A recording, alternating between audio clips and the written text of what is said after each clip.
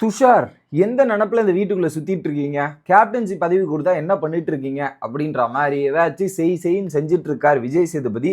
அதை பேஸ் பண்ணி தான் தேர்ட் ப்ரோமோ ரிலீஸ் ஆயிருக்கு.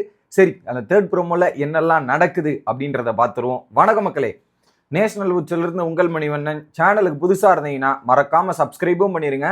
எல்லாருமே தயவு செய்து லைக்கை போட்டுருங்க. கண்டென்ட்டுக்குள்ளே போயிடலாம்.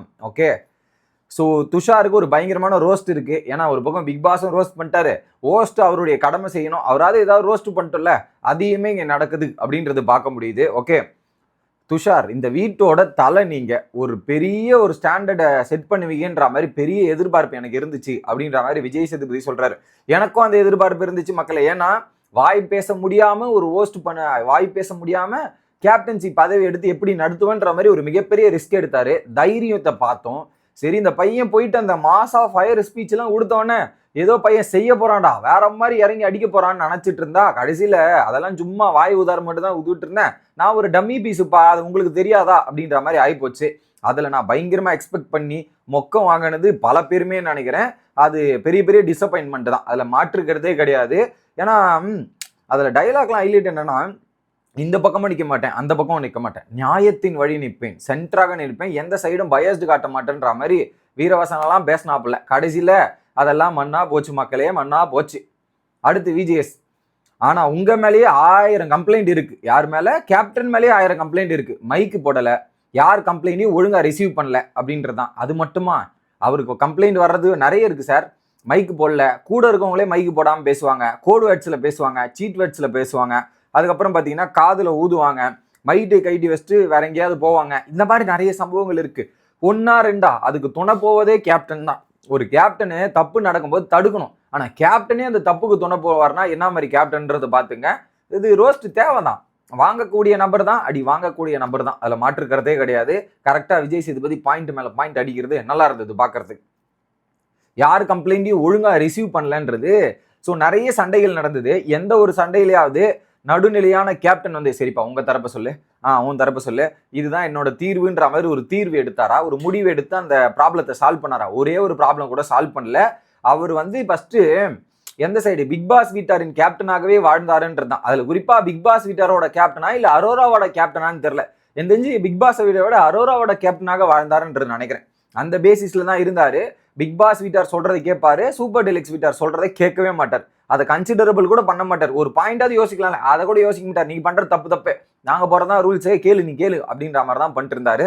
Simply waste. ஓகே, அடுத்து ஒரு பவர் கொடுக்கும்போது அந்த தைரியத்தை இறங்கி வேலை செய்யணும். அது எவ்வளவு பெரிய சுகம் தெரியுமா? அந்த பவரை வச்சு நீங்க இறங்கி விளையாடி இருக்கலாம், பயங்கரமா பண்ணிருக்கலாம். ஏங்க போன சீசன்லாம் தீபக் என்ன பண்ணார் ஒரு கேப்டன்சில? ஸோ பிக் பாஸ் வரலாற்றிலே தீபக் கேப்டன்சி மாதிரி எந்த கேப்டன்சி இல்லைன்ற மாதிரி ஒரு பெரிய சரித்திரம் படைச்சாரு தீபக்கு.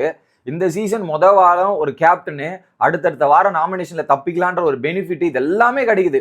ஆனா அந்த கேப்டன்சிய பவரையும் அந்த இதையும் லத்தாஜிக்கா யூஸ் பண்ணாரு. பேசிக்கலி அந்த பவரை வச்சு என்ன யூஸ் பண்றது ஏது பண்றதுனே அவருக்கு தெரியல.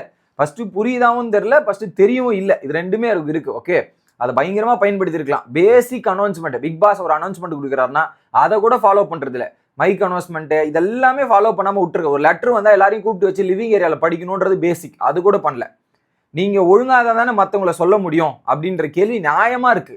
நீங்க ஒழுங்காக தான் மற்றவங்களை சொல்ல முடியும்னு அவரே ஒழுங்கா இல்லை. ஏன்னா அவரே கூட துணை இருந்து அரோரா பேச்சை கேட்டுட்டு தானே ஆடிட்டு இருந்தாரு. அதனால இப்படிதான் நடக்கும். குறிப்பா 2 டைம்ஸ் நாய் கொலிச்சுது, யாரு? எஃப்ஜே படுத்து தூங்கும் போது. அதை போயிட்டு அவர்கிட்ட சொன்னீங்களா அப்படின்ற கேள்வி கேட்கிறாரு. ஏங்க துஷார் மைக்கு போடாமே பல வாட்டி சொல்லியிருக்காரு சார். துஷார் மைக்கு போடாம நிறைய வாட்டி பிக் பாஸே 2-3 வாட்டி அனௌன்ஸ்மெண்ட் பண்ணியிருக்காரு.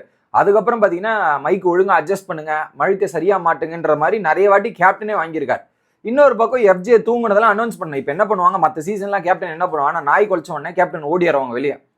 யார் தூங்குனது, எதுக்கு தூங்குனது, ஒரு சின்ன பனிஷ்மெண்ட் கொடுங்க, ஏதாவது பண்ணுங்கன்ற மாதிரி ஒரு ரூல்ஸை செட் பண்ணி அதுக்கேற்ற மாதிரி சில விஷயங்கள் பண்ணுவாங்க. தூங்க விடாம பாத்துக்கிறது, தூங்க விடாம பாத்துக்கிறதுக்கு ஒரு ஆக்டிவிட்டியும் சரி, கேப்டன் ஏதாவது இன்ட்ராக்ஷன் செக்மெண்ட் வச்சு இது பண்ணலான்ற மாதிரி ஒரு கேப்டனோட ஒப்பீனியனும் சரி, இது எதுவுமே கண்டக்ட் பண்ணல. அவர் வந்தாரு, கேப்டன் ஆனாரு, 3 டீமை பிரிச்சாரு, அந்த டீம்ல ஒழுங்கா வேலை நடக்குதா அப்படின்றது கூட கேப்டன் பார்க்கல. அவருடைய ஒரே வேலை, அதுல கடைசியா விஜய் சேதுபதி கேட்டுதான், அவர் என்ன நடப்புல சுத்தினாருன்னு தெரிஞ்சுக்கலாமா, நீங்க எந்த நடப்புல இருந்தீங்க துஷார் கொஞ்சம் சொல்றீங்களா அப்படின்ற மாதிரி கேட்டவொடனே ஆடியன்ஸ் பக்கத்துல இருந்து அரோரா அரோரா அரோரா அப்படின்ற மாதிரி கத்திருக்காங்க. அதை கட் பண்ணியிருப்பாங்கன்னு நினைக்கிறேன். ஸோ அவர் வேற எந்த நினப்புல இருந்தார், அந்த நினப்புலையும் லவ் மோடு ஸ்டார்ட் ஆயிடுச்சுன்ற மாதிரி அந்த மோட்லயும் இருந்தாரே தவிர்த்து கேப்டனாகவே அவர் இல்லை அப்படின்ற மாதிரி தான் பாயிண்ட். ஒரு இடத்துல கூட ஒரு மீட்டிங் கண்டக்ட் பண்ணல மக்களே. ஒரு விஷயத்த வந்து இதெல்லாம் பிரச்சனை இருக்கு, இது எப்படிலாம் பண்ணலான்ற மாதிரி அந்த பிரச்சனையை சால்வ் பண்ண முயற்சியும் பண்ணதில்லை. ஸோ அவர் சும்மா பேருக்கு நாமினேஷன் ஃப்ரீ பாஸ் கிடைச்சிருக்கு. ஸோ 2 பேர் படுத்துட்டு தூங்குற பெட்டில் ஒரு பெட்டு தனியாக கொடுத்து எனக்கு சொகுசாக கொடுத்துருக்காங்க, அதில் போய் தூங்குறேன். மற்றது என்னப்பா பண்ணோம், நானே மிக்சர் சாப்பிட வந்தேன், இன்னும் கேப்டன் ஆகிட்டு மிக்சர் சாப்பிடலான்னு பார்த்தேன், அதையும் ஆப் வச்சு விட்டீங்க, சரி விடுங்க அப்படின்ற மாதிரி இருக்கு. ஸோ அவர் கேப்டன் இதுவாக ஃபீல் பண்ணி இதெல்லாம் பண்ணுற மாதிரியும் எனக்கு தெரில, அதுக்கேற்ற மாதிரி ஒரு இம்ப்ரூவ்மெண்ட் ஆகிற மாதிரியும் புரியல. ஸோ இந்த வாரம் கேப்டன் கனி என்னெல்லாம் பண்ணுறாங்கன்றத பார்ப்போம். கண்டிப்பாக பண்ணிடுவாங்கன்னு நினைக்கிறேன். ஏன்னா இவர் ரோஸ்ட் அந்த அளவுக்கு வாங்குறாருல, இந்த ரோஸ்டின் வெளிப்பாடு அடுத்த கேப்டன்சிலாம் மற்றவங்களாம் பெட்டராக பண்ணணுன்றது தான். அதுக்கு கனி இறங்கி தரமான செய்திகளை செய்வார்கள் என்று நினைப்போம். Bye guys.